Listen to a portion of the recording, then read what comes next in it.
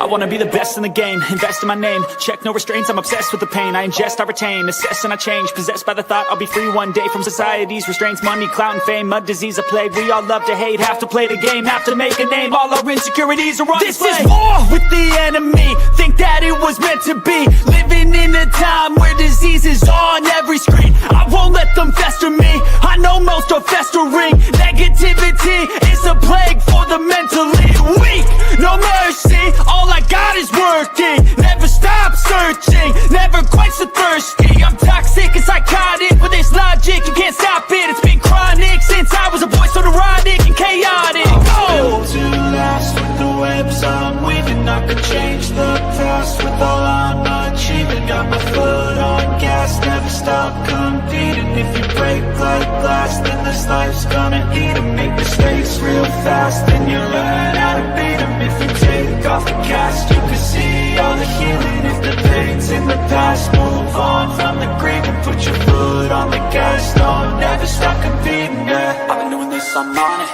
I just wanna be iconic, sipping on a gin and tonic, got me going off when I'm on this topic, yeah, if I ever play I want it, you know that I'm always honest, stay away from those who are toxic, keep them out your face, no way, you don't want them, yeah. Don't try to drain my energy, the enemy is everything, it's mentally, unhealthily, spreading like a rare disease, but I won't let it get to me, I don't need your therapy, I can leave a legacy of leading by intensity, come on, we can fight this, freedom is priceless, spread just like a virus, living in a crisis, do you feel courageous, do you seek greatness, trust me you can take it, go on and take your aim, yeah. Built to last with the webs I'm weaving, I could change the past with all I'm achieving, got my foot on gas, never stop competing, if you break like glass, then this life's gonna eat 'em, make mistakes real fast, then you learn how to beat 'em, if you take off the gas, you can see all the healing, if the pain's in the past, move on from the grave and put your foot on the gas, no,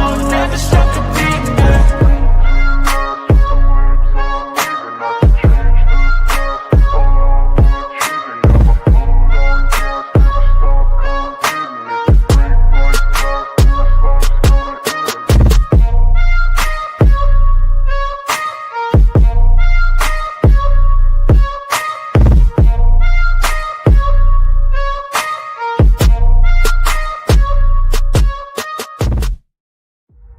Birds flying high, you know how I feel. Sun in the sky, you know how I feel. Breeze drifting on by, you know how I feel. It's a new dawn, it's a new day, it's a new life for me, yeah. Turn on your mind now, tune into the feed. We're planting digital flowers from a single tiny seed. Yeah, power to the collective in the data and the soul. The hive mind's getting louder, finding voice and control. When we get to the FBI, we don't know who did the work. You heard that any of that information is redacted. We don't know who did the work. It's a giant secret. We know that by the time the FBI gets involved, the profile, the text file, that's a snip to use to try to identify somebody is more than twice as big when it gets to the FBI from Othram. We don't know how. I've got an itch I can't scratch, I'm missing a piece that completes a whole part of me, an open wound scar to see. Everybody come here, gather round, welcome to the freak show, the best in town. What is going on, Hive? I hope everybody is having a great Labor Day weekend, and it's been fun and safe. Got the audio coming in. Oh man. I just put in work on these slides and prepping for this stream this evening. I went up north with Mrs. Birdie and I tried as hard as I could to unplug, but with limited service and not that good of Wi-Fi, I was able to look through these photos a shit ton that got released of Kohberger's apartment. And what I'll say is this: if it looks scripted, if it moves scripted, if it smells scripted, and nothing ever changes no matter what you see, and the narrative stays the same, then odds are that it might be a psyop. It might be a psyop. And maybe that's the forbidden theory. It seems like anything outside of the narrative is the forbidden theory, which, speaking of, if this is your first time tuning into the Hive Mind, welcome. This is a contrarian thinking live stream where we are not afraid to think past the headlines, as you can obviously tell with the giant lettering of Psyop on the screen. So if you're offended or rattled on behalf of others, this will for sure not be the stream for you. But if you like to question everything, read the footnotes, look into what the mainstream media might be covering up, then you have found your people and you are amongst friends here. I want to say what's up to everybody that is tuning in. What is going on, Mitty Witty 1111? Chocolate Empress is in the house. We got Sharon. And let's see. Sorry, I got to scroll up a little bit. Carrie, good to see you. Robin, shout out to my mod. UFO Dog, another mod in the house. Dino in the hizzy for shizzy. What's going on, DKM and Beck? What's up, Amber and Cody, UK Karen. Shauna made a live. Appreciate that. Thank you for tuning in. What's up, Phoenix? What's Gucci, my Louie? Jojo, good to see you. How are you doing, Becky? Dana, Chantilly Lace with the resting bitch face. What up? Gang, gang. What's up, Crowned? Amanda B from West Virginia. And we got Stacy's here. Luna, shout out to my mod. Sinful Bitch 420 says free Kohberger. Allie, what's up? Carrie, how are you? Dreamwalker, I am happy that you caught another live for sure. Discord Dawn's in the house. Good day, Berdino from Straya, inside your bones, tuning in. What's going on, Kim from Kentucky? Jake Paul is tuning in from River Falls, Wisconsin. Taylor, good to see you. Ashley, good to see you. Carrie, thank you so much for the super chat. It's going to be a great stream. And as you all know, all of my streams, no matter what platform I'm posting on, is all free. So anybody that does feel kind enough to send along to super chat, I really appreciate that. Same thing to you, Big Red. Thank you so much. I really genuinely appreciate those. What's going on, Morgan? Canada loves you. I love it. Joanne, good to see you. Gretchen, thanks for tuning in. Faith, Essie, how are you doing? You joined the Facebook group. Nice. Nice. I love it. Trying to get as many platforms as we can to have clips from the streams so that you guys can send it to your normie NPC friends that have yet to be red-pilled and woken up. But with that being said, thank you, Carrie. Let's get into this. Does anybody find it just really odd that Kohberger's research is the script that they are using against him to a T? I want to really methodically break this down this evening, this Psyop angle. Like I said, I just put in work on these slides because I want everybody to understand what is a Psyop. Psyop is an acronym, or it's a shortened version of psychological operation. Now, for some of the people in the Hive, they've been like, yeah, Birdie, I know, I've known this for 30 years. However, if there's people that are newer and they're not familiar with it, I think that it's still important to make sure that everybody understands what goes into a psyop. What does a psyop look like? What's the point of it? How could a tragedy be hijacked and then turned into a psyop?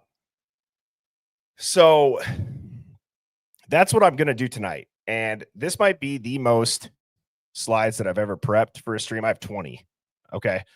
And that's what I was, or I guess also just to before we get into it, these are all of the platforms that I am on. I have Instagram, Facebook, Substack, Discord, TikTok, and then our website.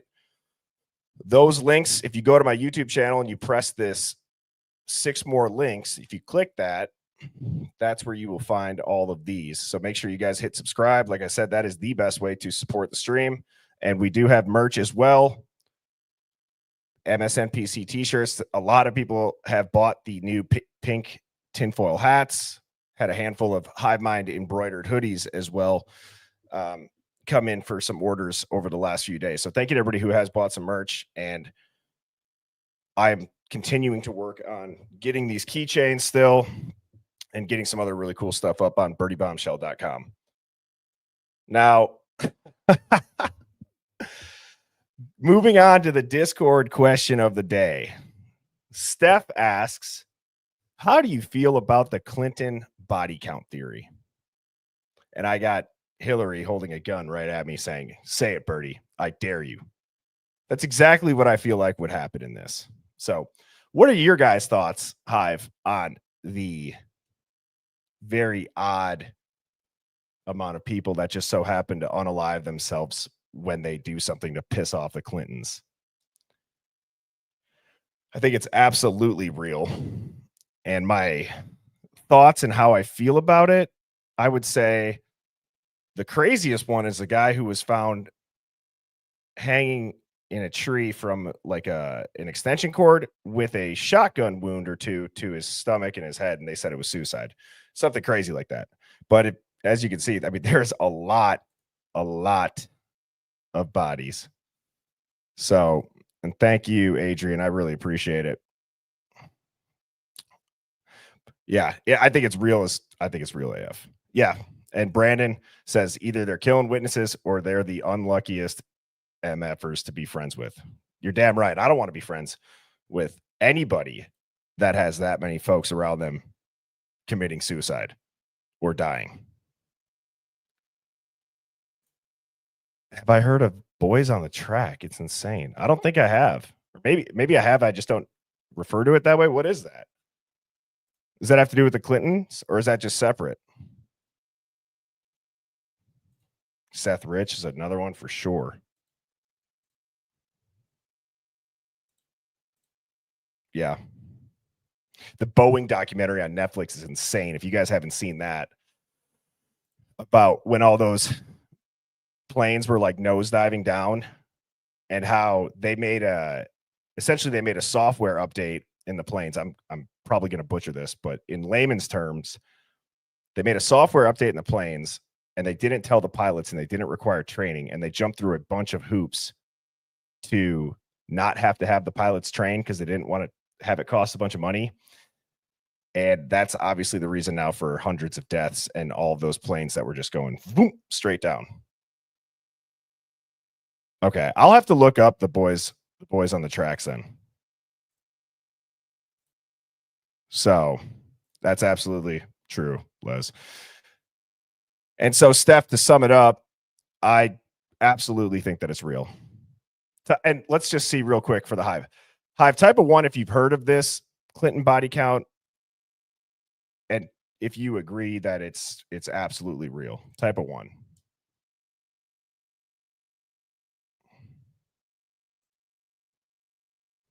Yeah, it's remarkable.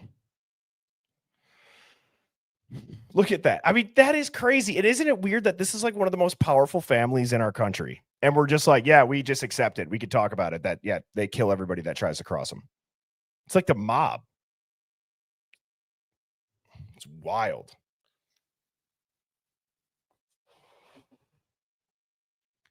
So moving on to the Hive Mind finds. I'm really excited for these. There were some really good ones today. And I wanted to also just do a temperature check for the video that I did on Saturday, where I premiered it and was in the chat with you all. I think that I'm going to try and make a video like that once a month. That's really good for the days that I'm traveling, to just be in the chat with you all and show the Hive Mind finds that did not make the stream. So I'll probably end up doing that around the roundtable time each month. Did you guys like that? I feel like it's important to still, put those out there, even if it doesn't flow with the theme for the evening stream, to still at least, let people see it, because who knows what somebody else might see or find, or what thought it might provoke.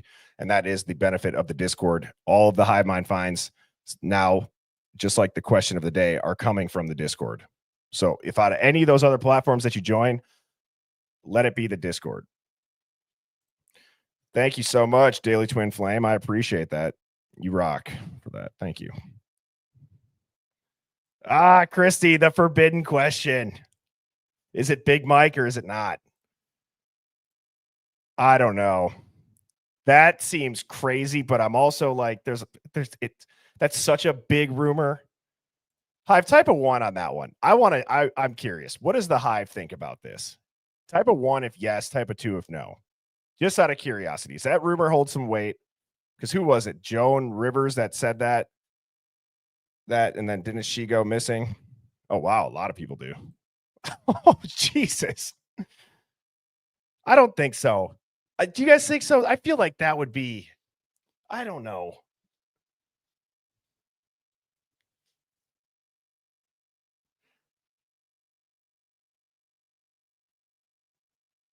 Yeah. We'll see. I mean, well, actually, we'll probably never know. It is odd. So, anyways, moving on. This first Hive Mind find, it comes from Steph, and they had a screenshot from Lana over on Truth and Transparency, which, by the way, she is going to be on the stream this Tuesday night. We're doing a live dig, so that is going to be epic, and I'm very excited to have her over into the Hive. I had gone over on her show like a month or two ago, so I'm glad that we got a date picked out for her to come over here.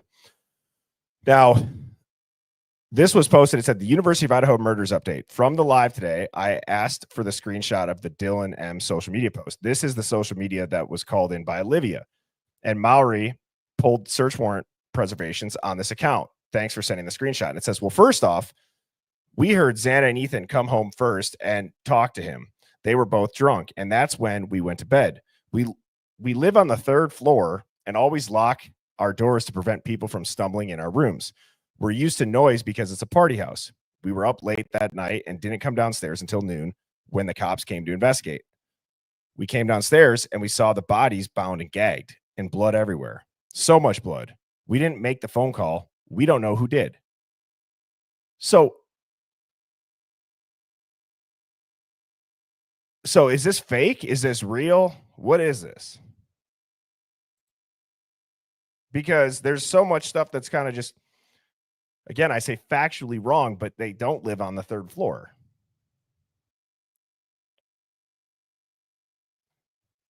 Yeah, and why would the FBI pull a search warrant on that post if it's some rando fake account? That's a great question.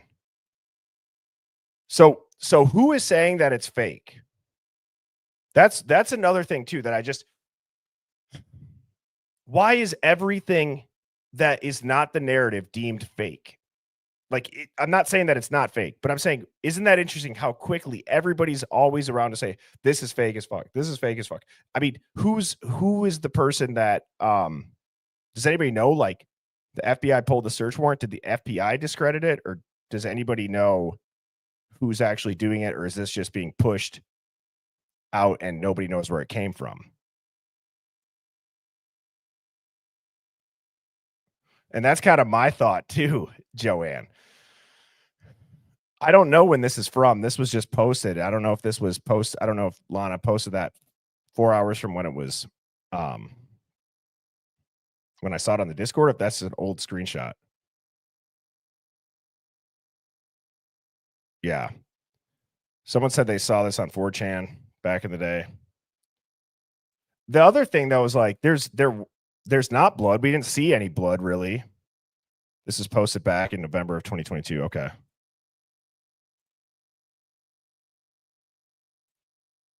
Yeah. Yeah, Olivia is the one that called it in. So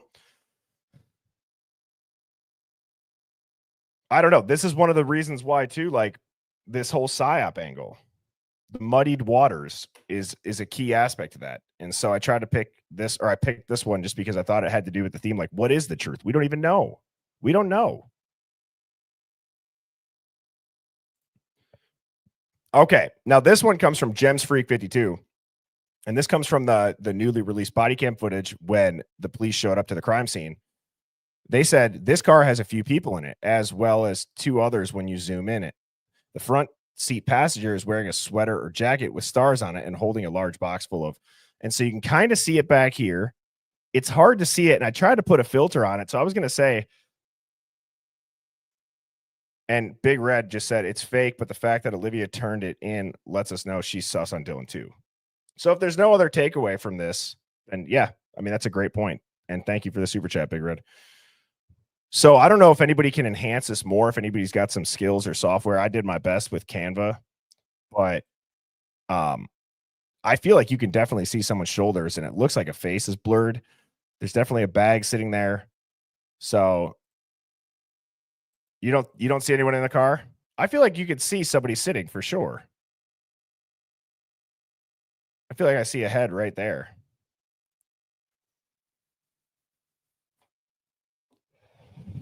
But that's not the screenshot you saw. I see somebody. I don't know. But I thought it was interesting. I don't know if you guys want to dive into that one, see who it is, or is it a cop? Is it a plainclothed undercover? Who knows what it is? But I wanted to get the Hive's thought on that one. Okay, viewer discretion on this. Okay, I picked the images that were blurred. I probably should have gave a little bit more of a warning on this one. But this comes from Bex Tats, and this is true. This is very true, and it has to do with the hearing that we watched the other day. And they say, I'm about over watching the ridiculous cover-up that this is turning out to be. Anyway, I watched the court hearing today for the TPO. I have a question about, quote, right to privacy and, quote, true crime being big business. If we are so shielded, why are the photos of Nicole Simpson and Ron Goldman without redactions? JonBenet Ramsey, Ted Bundy's victims, the Black Dolly. Sorry, I just had a bug in my throat or something, or my bad. Why are all those available to view?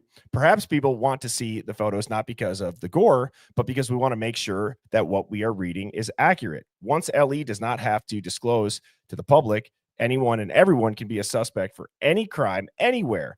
This is the entire purpose. Prove that what you reported is what is factually what happened. Show us the knife sheath, blur the rest. I completely agree. We're all adults. We can all make the decision if we're going to look at something or if we're not. And I've said that too, even about Kohberger's hearings.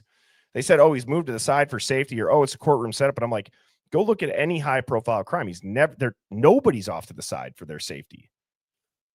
And I think that this sentence right here hits the nail on the head, especially when it comes to what would a bigger picture and a bigger goal be of the Idaho 4 case being weaponized as a psyop with some predictive AI criminal behavior type shit. And that's once law enforcement does not have to disclose to the public, anyone and everyone can be a suspect for any crime anywhere.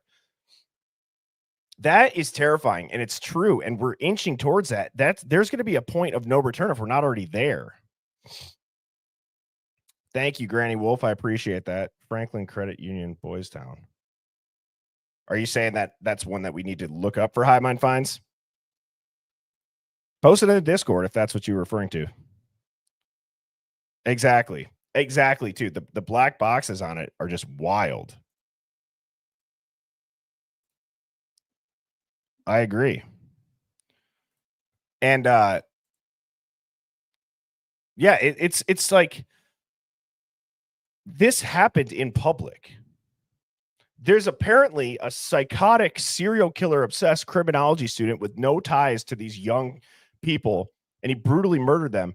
Don't you think the public has the right to understand and see what all happened? It happened out in the public, in the community, on a college campus where millions of kids and parents send their kids to.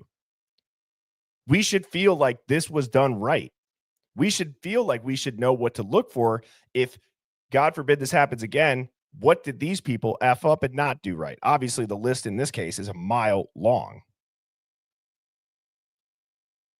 And they want to talk about all the internet conspiracy theories, and I'm not sure why this case has, 1,200 requests for it. It's kind of weird. I don't get it if it's conspiracies, like blah, blah, blah. Shouldn't there be some sort of like alarm in your head going off like, wow, you've been working here for how long? You've never seen this many requests ever. Shouldn't that tell you something? Shouldn't that tell you that it's not just a bunch of weirdos that want to see blood? Shouldn't it tell you that, wow, nobody believes the narrative? We're very obviously lying to everybody. And then we're just making it even more sus by not just releasing everything at this point. If they wanted to shut everybody up in the Hive that's questioning it, just show us the damn footage. Unredact it. Let us see it.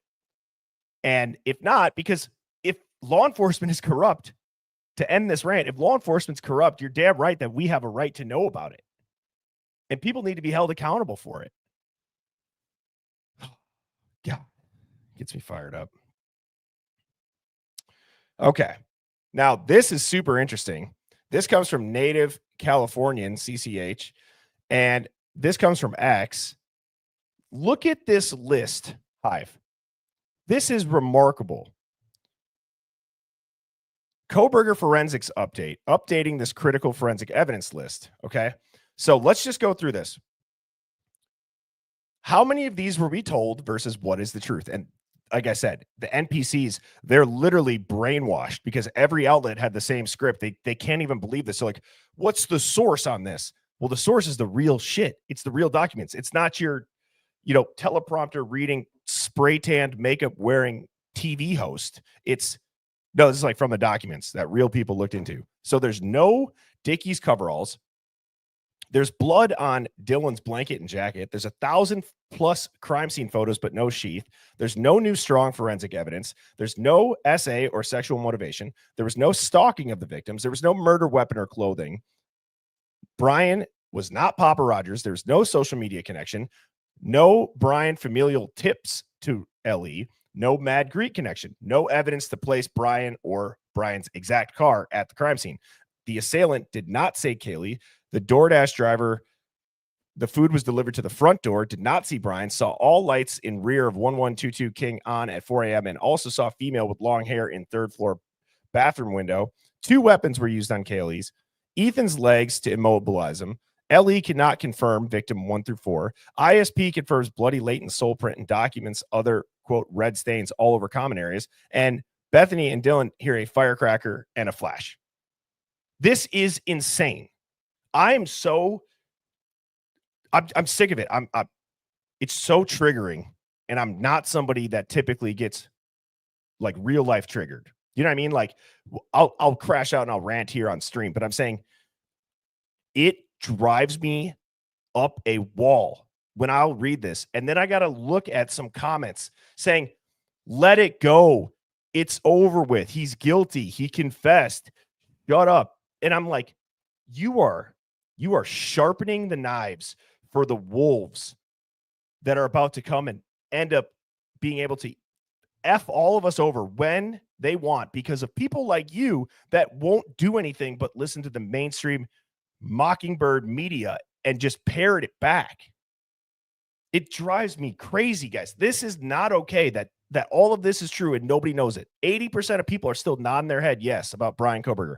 That is so terrifying. It's disgusting. It's weird. It's so weird too. And I don't get how people can read this and say, well, where's the source on that? It's like, oh, it makes my head hurt, Hive. It's completely insane. And Thank you. You just said what I was trying to say, Davina. I'm tired of our intelligence being fucking insulted. Excuse my language. It is insulting at this point. They think we are stupid. And you're absolutely right, Ashley. He didn't confess. The definition of confession has to include elements of the crime. He simply signed guilty. Big difference. Absolutely. And shit, even President Trump's wondering what the hell was going on with it. So, yes, a bunch of sheep.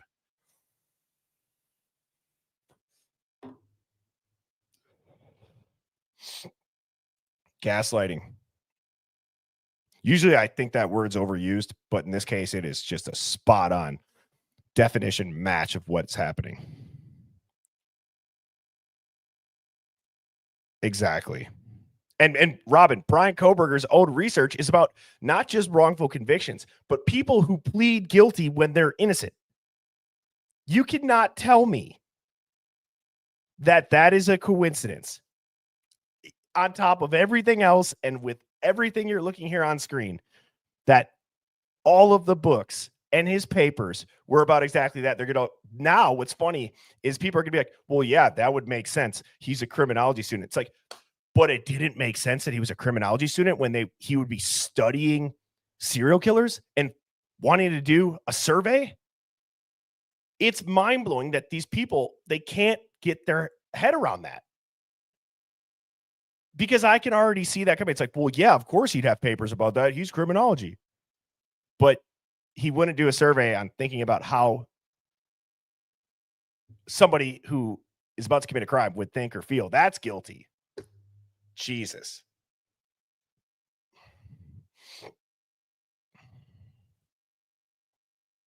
It's just wild. Me too, Tony. Me too.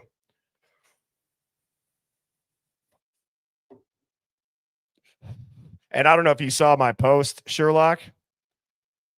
I don't know if you saw my post, Hive. I posted it probably an hour or 2 hours before the stream only. Some of these books, and we're going to get into the books, and yeah, the curriculum that they're a part of is going to blow your mind. So, did anybody else kind of feel like Will Smith when he walks into the house and his entire house is now empty? And I was like, damn, Dahmer at least had a fish tank. There is nothing in Bryan Kohberger's apartment at all that makes it look like anybody lived there. Have you guys, does that look like somebody who is OCD and all about being clean? And does that even look lived in? Does that look like anything that a PhD student, like that phase of life does not match that apartment, in my opinion. I get, you could say, oh, it's a single guy, like dudes don't need that much or blah, blah, blah, blah, blah. But the way they've described Kohberger being meticulously clean and neat, exactly. That is my question.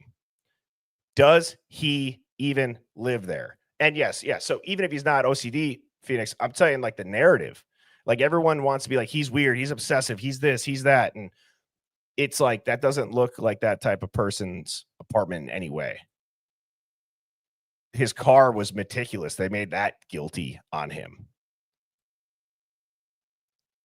At this point, I'll believe that Brian's a 40-year-old FBI agent. Absolutely. Yeah, boring Brian. Boring Brian. Freezer full of food, but yet the oven is pristine. There's not a single crumb in that thing. It's a fed house, is exactly what it looked like.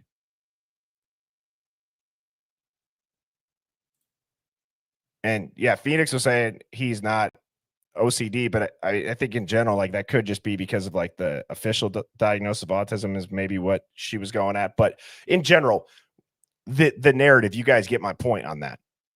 He's this weird loner, incel creep. And so anyways, I just thought that the apartment pictures, that was a red flag that went off right away. So, and this is what I was saying. I have a bunch of pictures here that I clipped, and this place doesn't read like someone's actual life. there's a few curated items to match a narrative, right? You got the criminology papers, party cups, single bag of rice, a desktop that's rigged up to look like a quote shut-in gamer, but it's paired with a stool, and it's awkward, and it's like he's so antisocial, and it screams like staged forensic theater more than random messy grad apartment.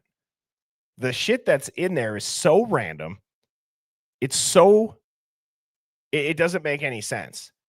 And thank you, Donna. I appreciate it. The super chat.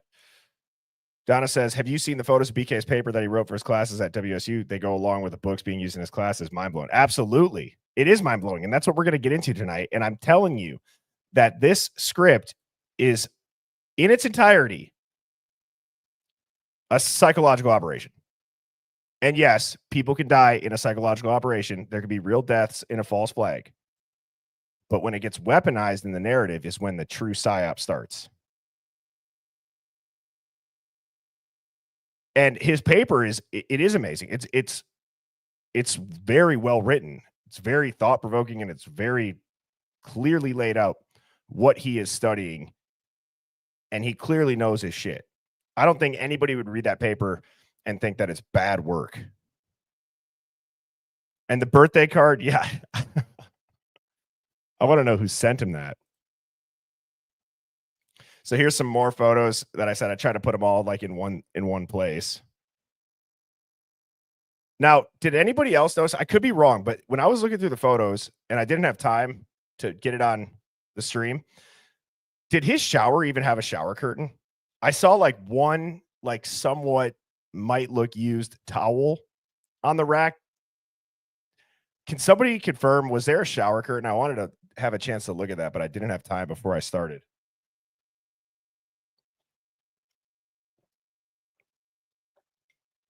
No shower curtain. Give me a break. Come on, wake up, people. Wake up. This looks like a safe house.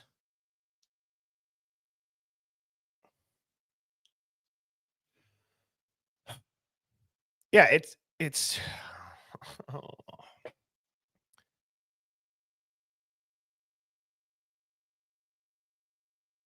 Like, really? That's it for clothes?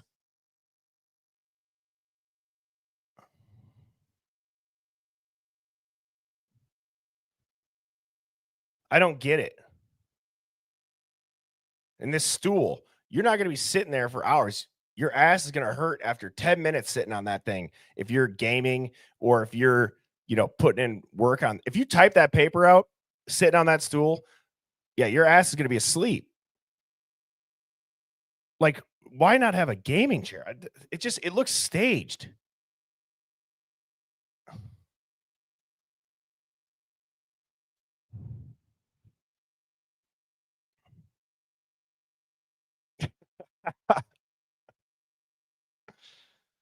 Yep. And yeah, look at that. Not the same bathroom as the selfie either, arguably. That's exactly right, Core. It's just wild, Tamara.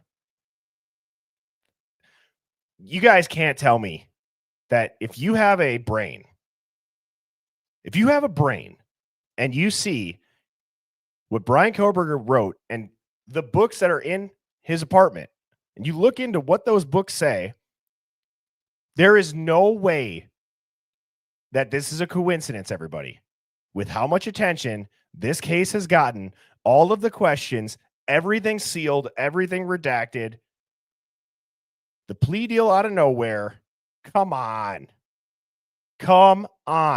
This is an insult to our intelligence.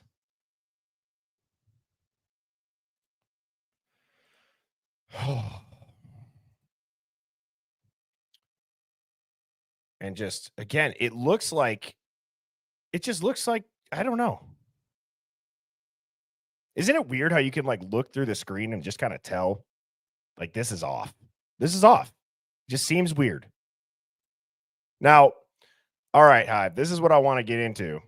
And I took the time, I read an entire white paper on psychological operations. And I could post this in the Discord if you all are interested in reading it as well. Just somebody remind me at the end of the stream. I didn't want to post it before the stream and cause any confusion. But this white paper, it's titled Effects-Based Psychological Operations, Measures of Effectiveness, Measuring Change and Impact. Now, Gregory Cease, who is a psychologist that works at Johns Hopkins University, and then you have Lieutenant Colonel Rafael Lanera, who's a PhD. They're United States Army Special Operations Commander. Okay. And then you have this Aaron person. But I'm going to read this. This is what I read in the white paper. And it's not that long of a white paper. It's probably like an hour and a half read. But it says this paper focuses on current trends and methodologies in developing a comprehensive assessment and evaluation plan for behavior-focused psychological operations, or Psyop programs. It outlines a pragmatic approach that takes into consideration the need for not only reactive but proactive real-time influence efforts that target problem behaviors and problem conditions as they unfold, viewing them as fluid and dynamic rather than static and unchanging. This updated methodology expands upon the traditional approach by focusing on precise end states and the detailed psychological effects required to achieve them. This also facilitates the development of adaptive interventions that can be altered in response to rapidly changing situations to maximize the effectiveness of the influence effort and address the increasing need to be flexible at the strategic, operational, and tactical level. The mission of Psyop is to influence the behavior of foreign target audiences, further noted as TAs in the rest of this paper, to support U.S. national objectives. Psyops accomplish this by conveying selected information and or advising on actions that influence the emotions, motives, objective reasoning, and ultimately the behavior of foreign audiences. Behavioral change is at the root of the Psyop mission. Okay? I'm going to read that sentence again.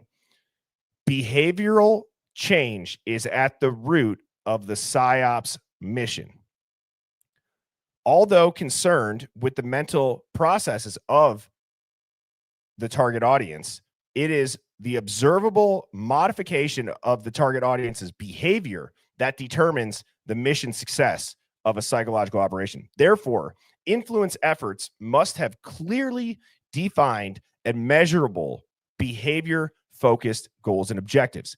The Psyops assessment and evaluation framework presented here consists of measurable program goals, supporting objectives, and series-level message objectives that, when properly nested, provide detailed measures of effectiveness to evaluate behavior change and its impact. Furthermore, this model demonstrates how to plan effects-based Psyop programs that target the specific change in knowledge, attitudes, and the underlying beliefs and emotions and intermediate behaviors at the Psyops series level that are required to bring about the desired behavior change.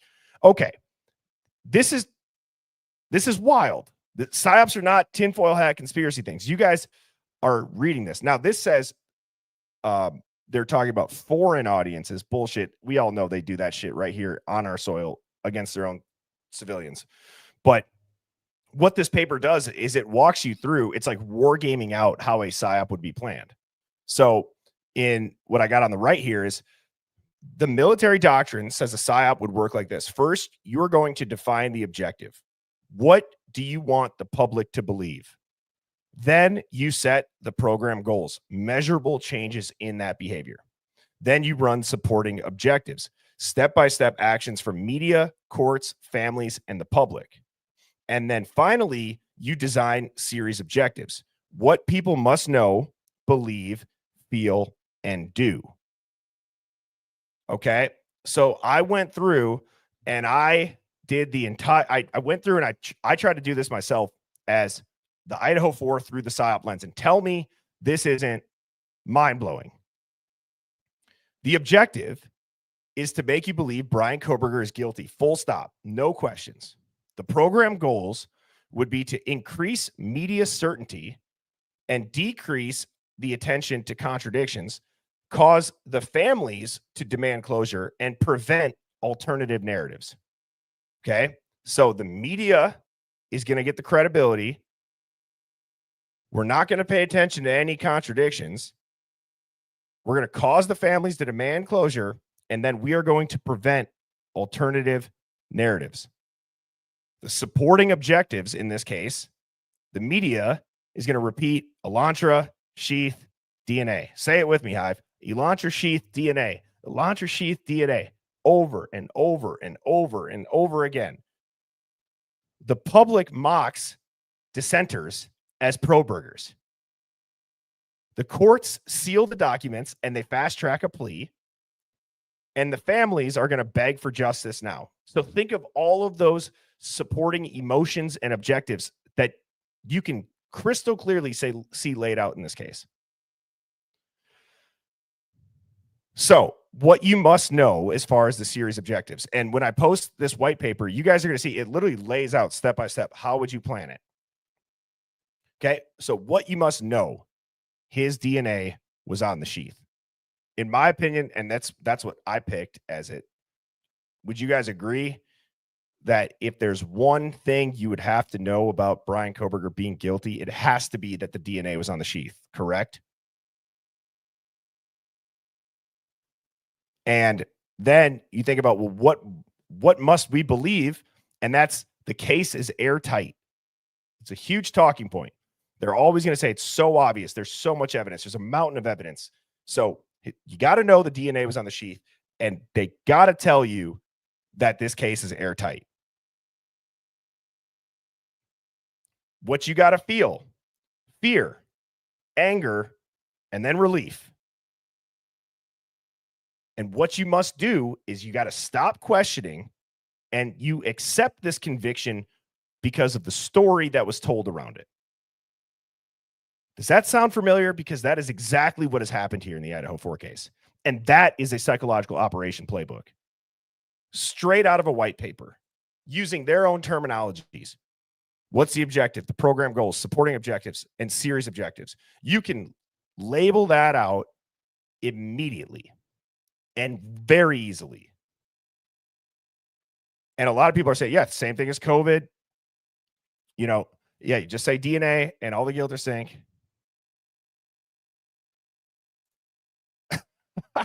Maybe Bryan preferred baths. Yeah, you're right. You wouldn't need a shower curtain.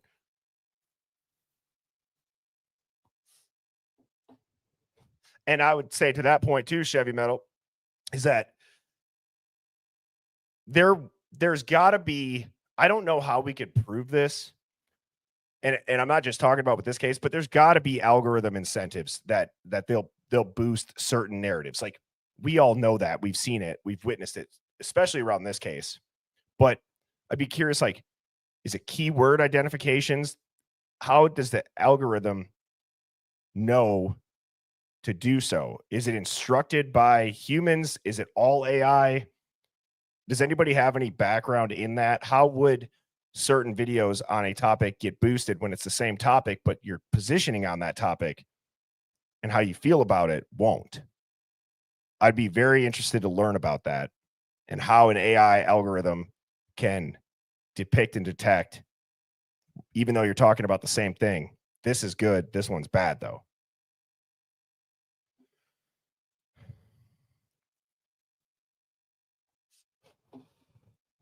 So, and that's true as one, you know, no DNA on the sheath according to ISP crime lab. Yep.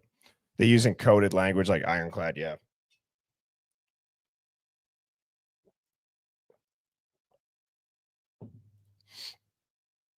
So, okay. This is where I really think, and I'm confident in the Hive that we're going to be able to all wrap our minds around this, because the Psyop is not about Bryan. It's not about Bryan.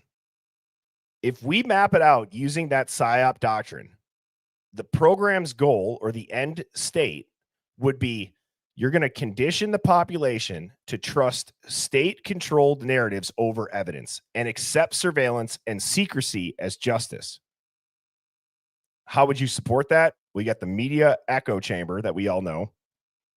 Public tribal division. They labeled it Kohberger, guilters. And then you have the families demanding closure. And you see that in a couple different ways. You have them fighting the release of the photos, and then people saying, let them grieve, stop talking about it. You have Steve G saying, all that shit about the death penalty, right? And the means are fear, anger, relief, compliance. Compliance is the literal end goal. And this is not about Bryan Kohberger. Okay. I don't even know if this is a theory at this point. Obviously, it is a quote theory, but this is nothing makes as much sense as this would when it comes to this case being weaponized as a psyop to push something, because they have to protect certain people, institutions, operations, who knows why. But if you can't admit that the narrative on this case has been weaponized and is like 110% a psyop, I don't know what else. It's not saying that this case is fake. It's not saying that nobody died. It's not saying any of that. But the narrative has completely been weaponized. It's a method. Trust the government, stay afraid. They're testing our behavior.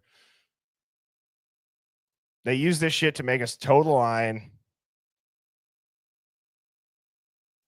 It's to identify who the, yes, exactly, who the problem people are.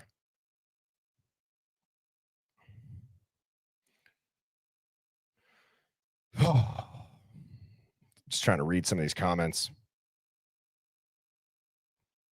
It's wild. It is painfully obvious. It's got to be a psyop. I don't see any other way around it either. These apartment photos, that was the nail in the coffin for this case being any sort of, like, I can't. This is so painstakingly obvious.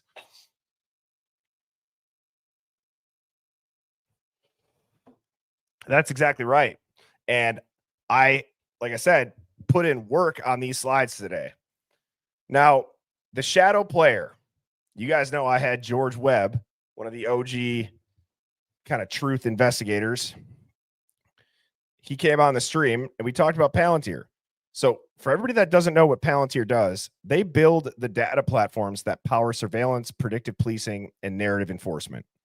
So in the Idaho 4, what was the evidence? Because it wasn't blood, it wasn't fingerprints, it was digital surveillance, cell phone pings, geofencing, behavioral profiles. That's Palantir's territory. That's why you needed to know that the DNA was on the sheath. No matter how sketchy it was, you just needed to know that. And when I typed this in, I screenshotted this part here from ChatGPT as far as a PSYOP element. I typed those out. And then what's the Idaho 4 application and what could a Palantir connection be? And so if you look at surveillance as proof, okay, in the Idaho 4 case, this case heavily relies on geofencing, cell tracking, and behavioral profiling, not physical evidence. The Palantir connection is that Palantir provides the surveillance infrastructure, Gotham Foundry, that enables these digital proofs. The narrative control tools, media pushes a cohesive script, that should say eyebrows, sheath, car. The narrative is seamless. Palantir's institutional power ensures data used in narratives is controlled and rarely questioned. Normalization of secrecy and fear. You got sealed documents, gag orders, no transparency in the trial. There was not obviously a trial, but even in the hearings, Palantir-enabled systems are often black boxes. They're accessible only to the state, and they're hard for the public to get their hands on it to scrutinize them. Tribal division and misinformation, guilters versus Kohbergers, used to drown out all theories. Palantir's systems subtly fuel tribal narrative reinforcement by gamed data outputs. Now, that is interesting. If you guys want a rabbit hole to go down, look up gamed data outputs. Palantir is not the only AI that can do this. And then you have the operation prototype. If the Idaho 4 case succeeds in driving belief without evidence, that means you can replicate it. You can replicate that model. Palantir sits at the epicenter of these newer ops, powering data-based story crafting for state control. Palantir is so powerful. They just got a decade-long contract, billions of dollars with the United States Army, which, might I add, is where the psychological operations unit is a part of. The Ghosts in the Machine, if you guys have ever seen that commercial.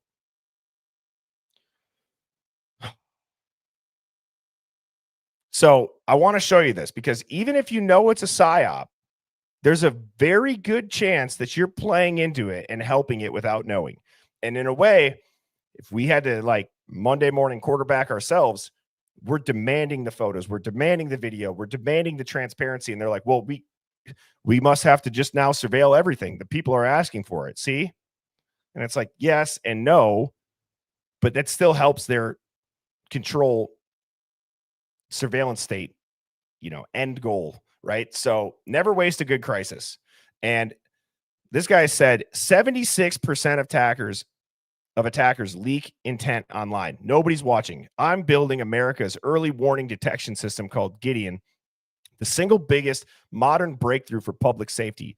Gideon is the first real-time AI threat detection system for law enforcement, built to flag lone wolf terror threats before they strike. It scans the open web 24/7, by the way, for radicalization, targeting behavior, tactical planning, and manifestos, and then it alerts officers in time. I joined Trace Gallagher last night on Fox News to explain how it works and why I'm building it. Law enforcement agencies were onboarding pilot departments now. DM me. Listen to this shit. America's first ever AI threat detection platform, built specifically for law enforcement. It scrapes the internet 24/7 using an Israeli-grade ontology to pull specific threat language and then routes it to local law enforcement. It's a 24/7 detective. It never sleeps, and it's going to get us in front of these attacks. Would it have picked up on this, do you think? 100%. I wish my program would already be up. We're not launching until next week. I've got a dozen agencies on board, Trace. I just unloaded a major Northeast agency with over 2,700 sworn. This is America's early warning system.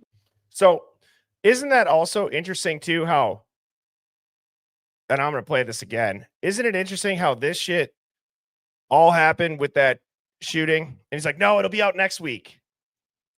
And I know it's sick to think that way. It is sick to think that way. You ever go look into this person's background too, and who their father is and the connections there. I'm going to play this again. Listen to what this man is actually saying. America's first ever AI threat detection platform, built specifically for law enforcement. It scrapes the internet 24/7 using an Israeli-grade ontology to pull specific threat language and then routes it to local law enforcement. It's a 24/7 detective. It never sleeps, and it's going to get us in front of these attacks. Would it have picked up on this, do you think? 100%. I wish my program would already be up. We're not launching until next week. I've got a dozen agencies on board, Trace. I just unloaded a major Northeast agency with over 2,700 sworn. This is America's early warning system. We're cooked. Do we get to choose now? Hey, I'll allow this to scrape my internet. I'm just a normal law-abiding citizen. You could scrape all my data. Every other freaking company in the world's already doing it. Why not you? Why not you, so that we can go get swatted for sharing a meme?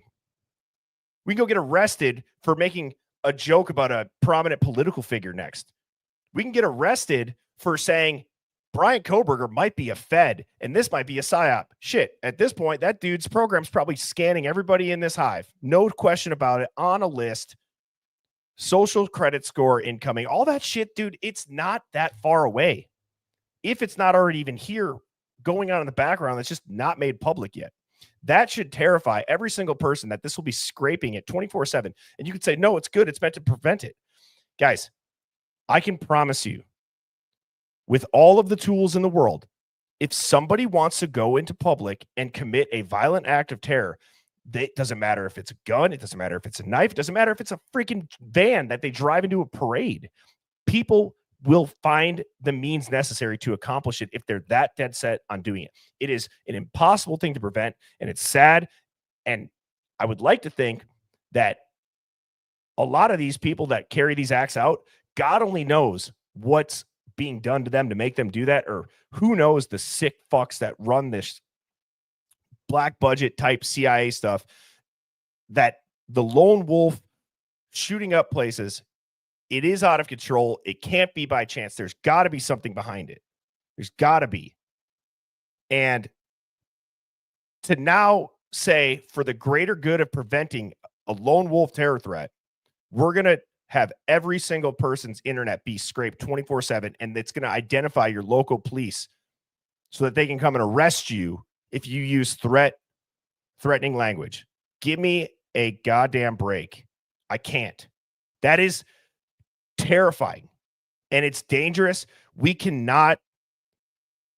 It's like, what can we do to stop it? You got this guy who's saying, this is, you want to know how F this is?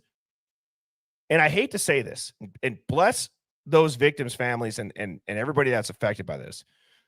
But I know for a damn fact, I would guess, actually, that there's probably a chance that when that gentleman woke up and saw this shooting occurred, he was licking his chops. His stock price is going to freaking soar. He's going to get on Fox News. He's going to tweet about it right away. And I'm going to say, this is going to prevent all this from happening. And it's just wild.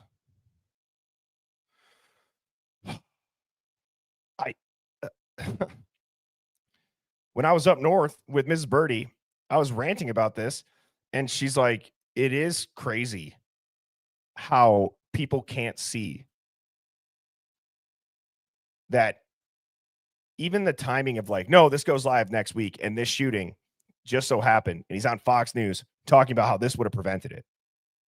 It's almost too obvious.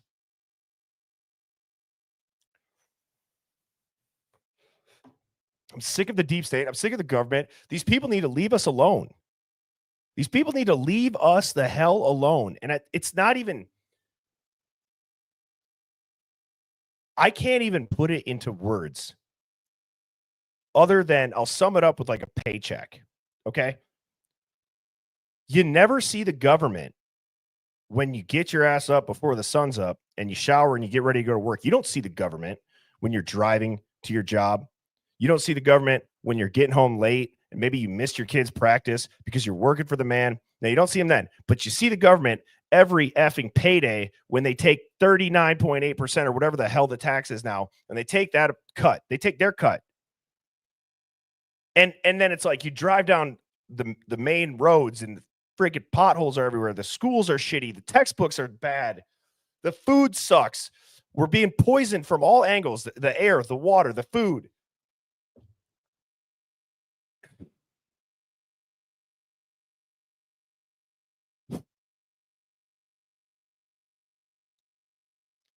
Man. And I sound like an angry person, but I'm not an angry person. I'm really not. I just get so frustrated when we have to just sit here and take it and govern us harder. We need more of it.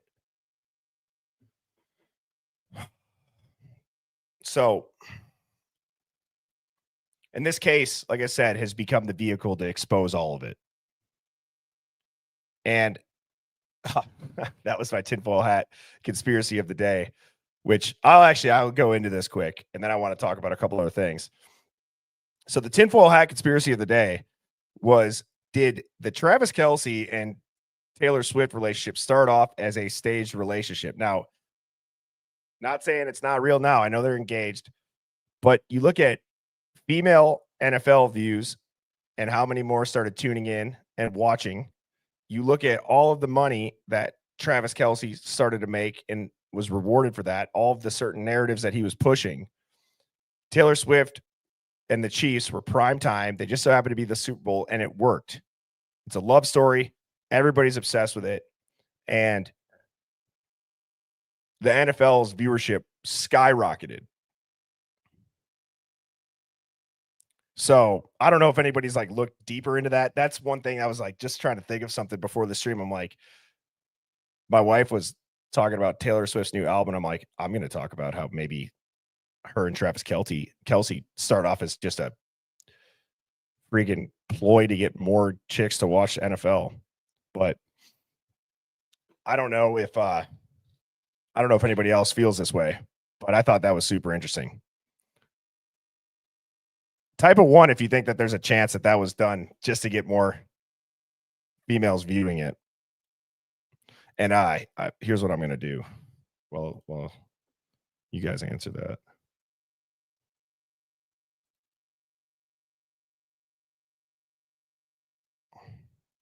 Yeah, okay. A lot of people.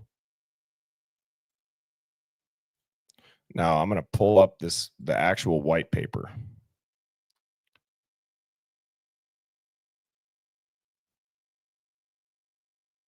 And I also need to pull this up.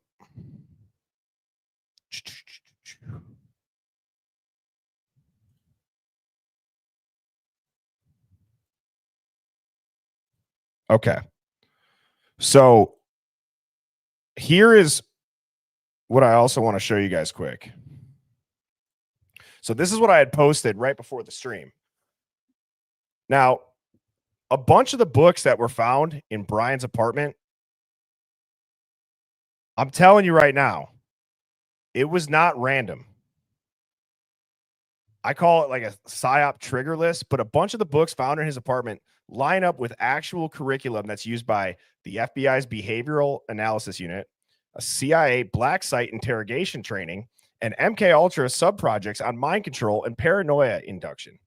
Okay, I'm not making this up. This stuff shows up in declassified manuals and FOIA docs, and The Mind of a Murderer, written by Ramsland, who literally worked with BTK and whose research is used for FBI profiling.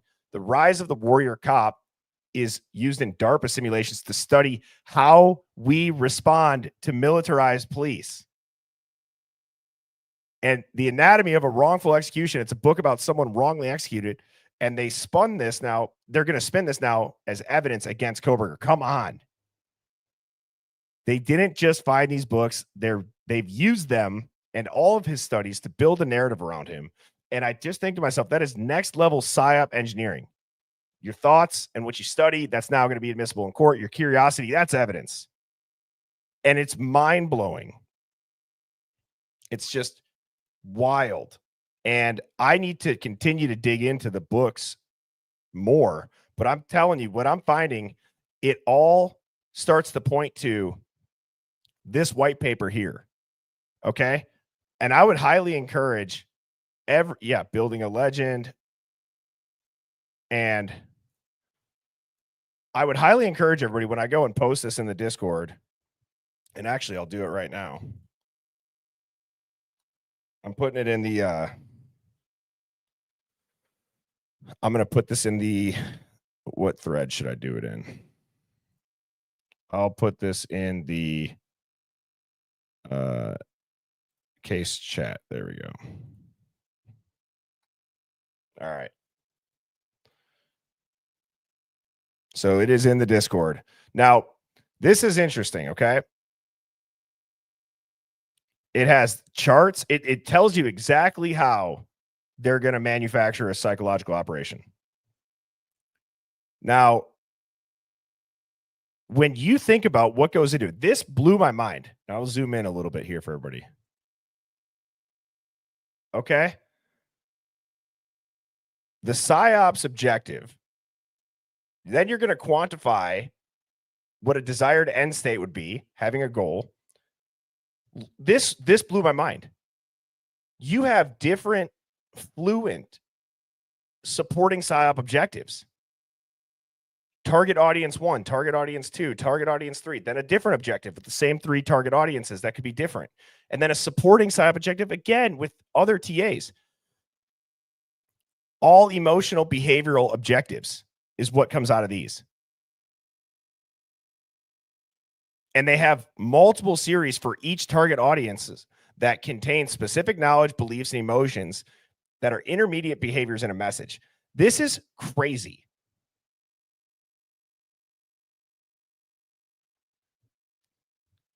And I want to know, is part of the psyop for us to figure out it was a psyop and it's exposing psyops? Because this is relatively easy to see.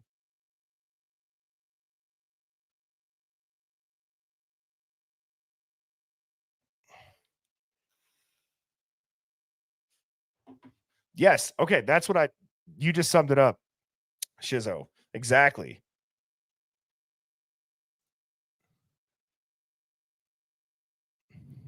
I don't know if they want us to figure it out, but it's like they're just begging for somebody to be like, this has got to be a psyop. So I'm not going to read all of this. Like I said, if you guys want to, I would encourage you guys to go through it, but there's a couple of spots in here.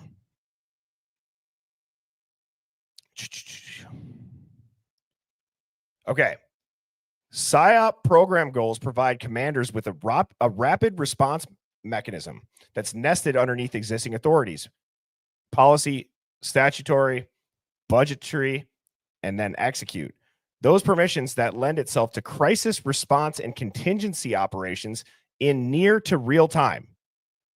Inserting program goals between POs and SPOs bridges the gap left by broad and vague PSYOP objectives acting as approval authority limits rather than a useful metric. So they're saying that they will write into, whenever they're getting this approved and they're actually doing this operation, that the contingency operations in real time, they can have a crisis responsibility to, or response ability to change something in real time because it was already written into this, whatever they're doing, right? Whatever that they have to go and get approved. Now, this is so interesting to me. Here are some directional program goal examples. Now, again, this was written by somebody in the Army that was released. This is back from 2018.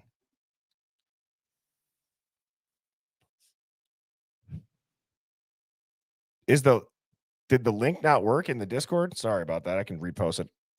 Let me focus. But all right. So if you're going to increase the number of illegal weapons, drugs, insurgents, and kidnap victims found during clearing and search operations. So these are what you want the program to actually do. They call it a program, which is also just kind of effed up. They're going to call a psychological operation a program. It's a program goal. It's like a mission statement. Okay. But you can see that's their end goal. Situation specific. You're going to cause the withdrawal of extremists or adversary forces from the city. You're going to cause moderators to close the accounts of extremists on forums, cause a popular uprising, cause a shutdown, right? So you're going to get to your goal by causing this situation specific event. And you can see as it just talks through each step. People, the target audience, are going to surrender to coalition forces. This is obviously talking in military terms, but you can apply it to civilian terms relatively easily. Now, what was the part that I wanted to? I don't know if this was it. Let me just scroll through here. Okay, perfect. Perfect. Here is an example.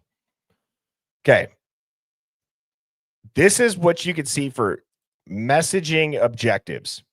Traffic accidents are the leading cause of death for children aged 4 through 8. And the reason why I'm going through this is because I do believe that it's very important to understand how would something like this be approached. There's a lot of planning, time, and prep and energy that goes into this. Okay.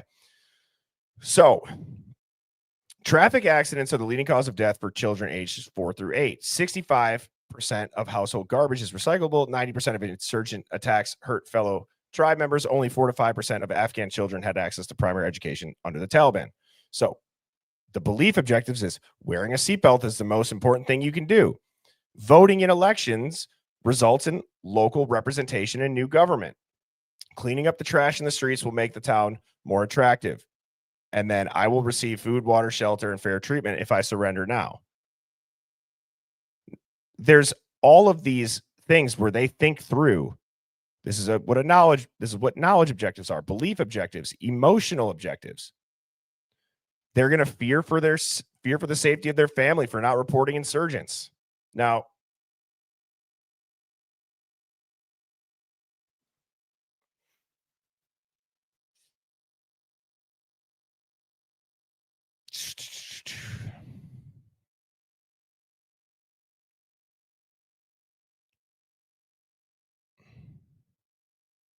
I just wanted to read out. There's one that they. Okay, here we go. Okay, this is what I was trying to find. Psyop program goal. Okay, you're going to decrease the number of injuries and deaths resulting from mines and unexploded ordnance.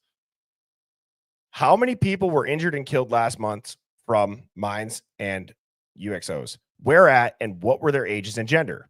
The supporting Psyop objective is the target audience reports the location of landmines and UXOs to local authorities. How many people reported the location of landmines and UXOs in the municipality last month? Where at and through what means? Phone, in-person, text. Okay. Now we're going to tell you what to do when you find one of these IEDs. You're going to text the SMS, whatever landmine hotline they set up, and you're going to send the location to 1-800-BLOWED-UP. Now, what percentage of teenage Serbs polled know the number to report? Then you're going to have reporting landmines will keep me and my friends safe. Then you go back again. What percentage of teenagers polled believe that reporting mines will keep them safe? And you can see the progression. Then you're going to throw the emotional shit into it. Sadness over loss of friends, fearful or angry over threat of being injured or killed. What percent of teenagers report being sad, fearful, or angry? Then you see teenagers text the location of landmines to the authorities. And how many teenagers texted the location in that municipality last month, and how many reports turned out to be credible? Okay. They utilize an academically sound methodology to do this. So when I go back and I think of how this applies to a bigger picture in the Idaho 4, I can't think of any other reason other than like predictive criminal behavior and how it is media certainty. We're not going to pay attention to contradictions. The families are going to end up demanding closure, and we're going to prevent the alternative narrative from spreading. So what else would it be other than to condition the population to trust state-controlled narratives over evidence? You're going to accept surveillance and secrecy as justice. Not that that's the first time that they've ever tried to do that to us, but there has to be a factor of this in this case.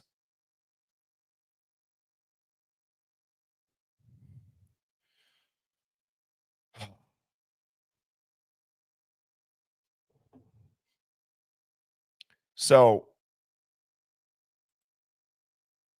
they want to see how much bullshit we're going to be able to stomach. The rulers lack empathy and outwardly F us over daily tenfold. Yep. And now I'm curious, because we have some time here. What questions do you guys have in general that we can kind of tap into the Hive right now?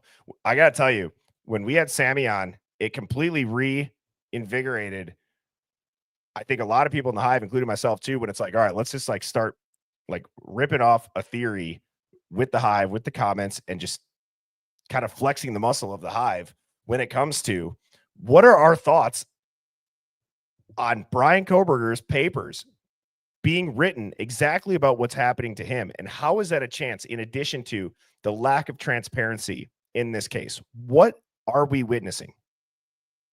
Is it all a coincidence? Is it a psychological operation? Is it just terrible police work? Is it all the above? Who is really on trial right now? So the Psyop is distrust evidence. Yep. They're testing to see how dumb we are. Shock testing. BK is not a Fed. He's an activist. Not ever thought of it that way.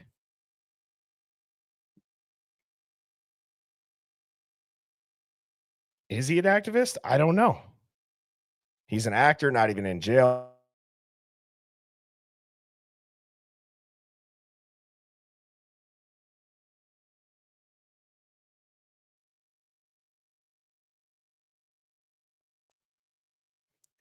If my computer would have just shut off right there, oh, I would have lost my shit.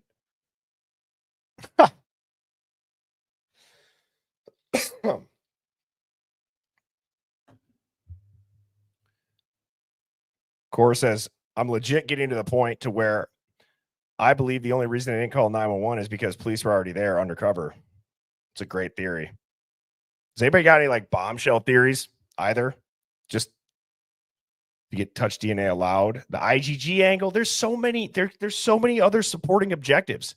Like, I hope that white paper helped with breaking down what is the end goal, but what are the supporting objectives? You got touch DNA that now the IgG, the FBI is breaking their guidelines. There's so many things that you can point out.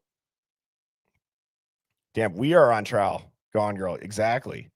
Ghost in the Machine. All of us are in trial. His papers are the transparency. That's a great way to put it. Robin says they're testing to see how far they can push us before we rise up. How much will we take before we've had enough? Yeah. Undercover. They want to see our reaction. That paper might have made some people mad. What would you even argue against that paper? Yeah, that's what I was saying too, man. There's no way.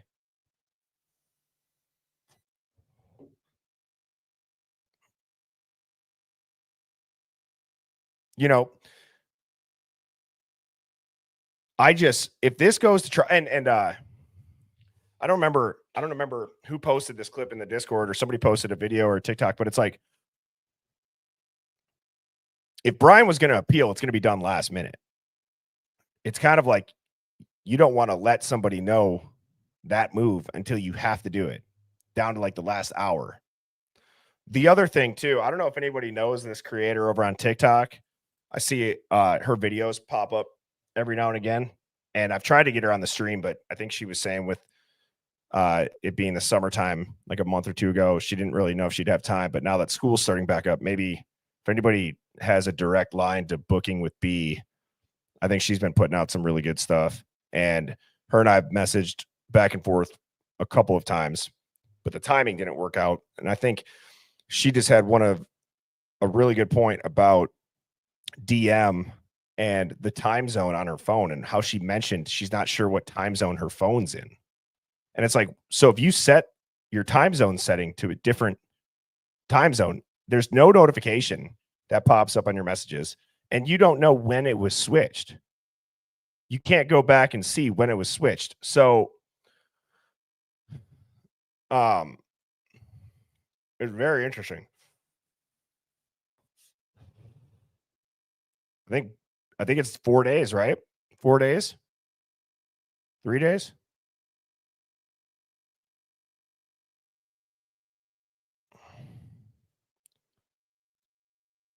So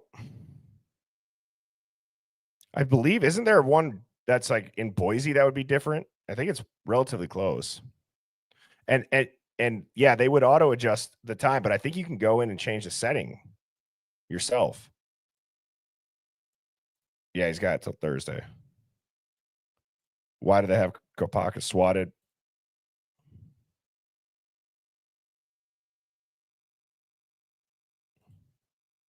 So yeah, TikTok is just, dude, TikTok is just like a cesspool of like bots. I'm convinced. So nonetheless, Hive, I'm going to continue to dive into these books, but that curriculum, like the books that line up, like they're not just random criminology curriculum books. Like I think these books were there out of all of the lack of other stuff, like minimal toiletries, if any. That apartment does not look lived in at all, but yet the books and the papers were there. It looks like somebody was just collecting the mail and just throwing it into that closet. I'm like, dude got how many parking tickets from WSU? And I thought to myself, does BK like not have to pay those parking tickets? Why would you keep a parking ticket after you paid it? And also, like, is it like a receipt? Can he like expense it if he's working with somebody? So he's like not even worried about it. He just would take a picture of it, keep it for the records, and say, hey, get this shit off my record for the parking tickets, because I have no idea. Because why would an employee be getting parking tickets? Because wasn't he a TA? I don't know. I have so many things that are going through my mind. And this right here, it was a forbidden theory to even talk about it. But I don't know. That I think there's some witness protection shit involved in this case. There's obviously psyops. There's something that is way off. It's not normal. The narrative could not be further from the truth. This was not a loner single perpetrator who transferred across the country and decided moments before going into that house that he's never been in that he was going to go and just start stabbing people and yet leave no evidence behind. They never found him with any of it. You go back to this tweet right here. All that shit is not true. And we were told it was. That is a giant problem in our society. That is a huge problem. So, Hive, I hope you all enjoyed the stream. Like I said, please go and follow me on Instagram and Facebook. I just got those profiles up and running. Press subscribe. I think like something like 68.9% of the viewers aren't subscribed. So if you guys could press that button on your way out, that is the best support or way to support the stream, as I do keep all of the streams free. I will be back on tomorrow evening with Devil's Advocates at 7 p.m. Central. Now, one of the things that's interesting is in some of the papers that Bryan Kohberger had that there's photos of, it talks about the NIJ funding. And DA and I are going to be diving into that tomorrow on, can we somehow correlate, like, why would that be mentioned? Why is that also one of the few things that's in his apartment, is talking about Washington State's criminology department receiving funding from the NIJ, which is the DOJ's research arm for predictive criminal behavior. It's insane. All that is insane. That is not a coincidence. So I hope everybody enjoys the rest of their Labor Day weekend. Thank you for tuning in. And with that, Hive, I will see you tomorrow evening at 7 p.m. Central. Cheers. Birds flying high, you know how I feel. Sun in the sky, you know how I feel. Breeze drifting on by, you know how I feel. It's a new dawn, it's a new day, it's a new life.